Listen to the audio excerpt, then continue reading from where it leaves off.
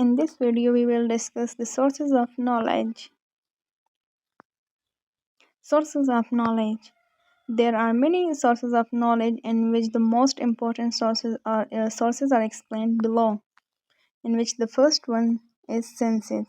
Senses are the most important source of knowledge through which we gain knowledge. Such knowledge are known as perceptual knowledge or observational knowledge. Senses are claimed to be the most basic, important, primary source of human knowledge. Senses can be divided into outer senses and inner senses. Outer senses. Outer senses are like the sense of sight, sense of hearing, the sense of taste, and the sense of smell and sense of touch. These are the outer senses. Inner senses. The inner senses are like feeling and emotions. The thinker holding such belief about a source of knowledge is known as an empiricist, and the school of thoughts is called empiricism. Knowledge for empiricists is nothing but a discovery of objective facts through the process of empirical observation. Objective criticism or limitation of these sources. It can be applied only upon concrete knowledge but cannot be applied upon the abstract knowledge. The second objection is that senses are often deceptive, i.e., senses at some time deceives us, like in case of relativity of perception. So we can see this in object near us, the object from a distance. Our perception in terms of its size varies. Color blindness do affect one's perception. And similarly, the size of sun and moon. Our human ear can hear from 20 to 20,000 range. Through sound, lesser and greater do occur. Another criticism is that illusion. Two parallel railway tracks appear crossing each other, though they are not vertical or horizontal line. Or hallucination. People can perceive things which do not exist in reality. Reason. Reason is the most important branch of knowledge.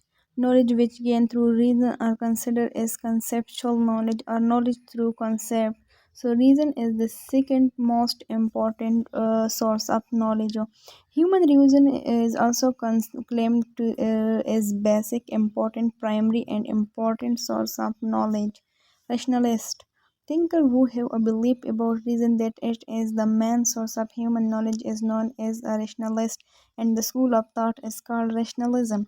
Rationalists believe in innate ideas. They think that knowledge is innate and born and in nature. As we know that knowledge is nothing but a recollection of already ingrained contents in human nature, main procedure is believed by empiricists is deductive and inductive type of reasoning. Senses alone are incapable of inferring conclusion. Limitation or objection of these sources. Reason is in need of content data that is to be rationally analyzed and interpreted for deriving of a conclusion. The content data is provided by senses. Immanuel Kant says that senses without reason are blind, while reason without senses is empty. So knowledge is not in terms of innate concept or idea, rather it is in terms of inborn abilities. Kant believes. Authority. Authority is another important source of knowledge. Knowledge by authority refers to word quoting some sources, a person or a book, recognized as an expert in order to justify one's judgment belief that belong to an area whose expertise are not possessed by the person himself who has made that claim, passed the judgment, or held that belief. Since each and everyone cannot become the expert of every field, while life is a highly complex and dynamic process, therefore we are always in need of knowledge by authority for our own justification. Recognized authorities play an important role in the domain of human knowledge. Precautions. The one claimed as the authority should be really a recognized expert of that field. One can be accepted as an authority in only one field. Authorities should have acquired that knowledge by themselves. Objection, criticism. Clash of conflicting authorities can occur, so we would be in need of a super authorities. Number second, more than one source may be claimed as super authorities, and their claim too may come into conflict. So to refer towards another super authority, so the problem will continue and will remain unclosed. Intuitions. Intuition is another important source of knowledge. We cannot have a very broader definition of intuition. It can very narrowly be defined as an inner subjective momentary experience which occur like a flash of light in one's mind or heart, and one is convinced about the truth of something. Intuition is subjective in nature, and hence it cannot be communicated to others in the same manner. It is a momentary experience, hence its duration is very short. According to William James, it ranges from 30 seconds to 30 minutes only.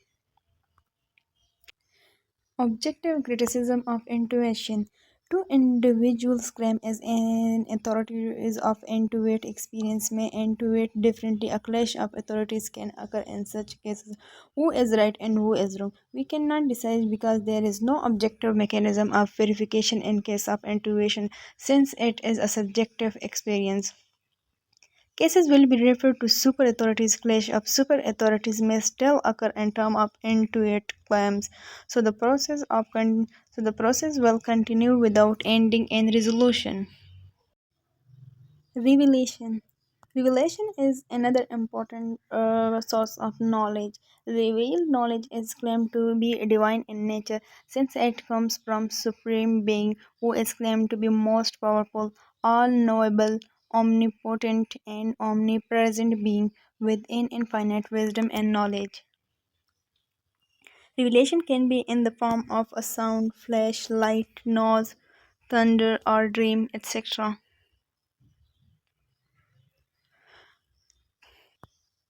Objection, criticism of revelational knowledge. Who would we know that the noise, sound, thunder, flashlight, dreams, ID are from God? Clash of conflicting revelation can take place.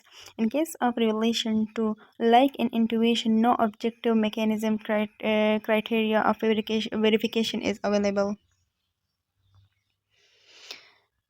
Another important source of knowledge is faith. Faith is also claimed to be an important source. Faith in religion means a blind submission to the will of God.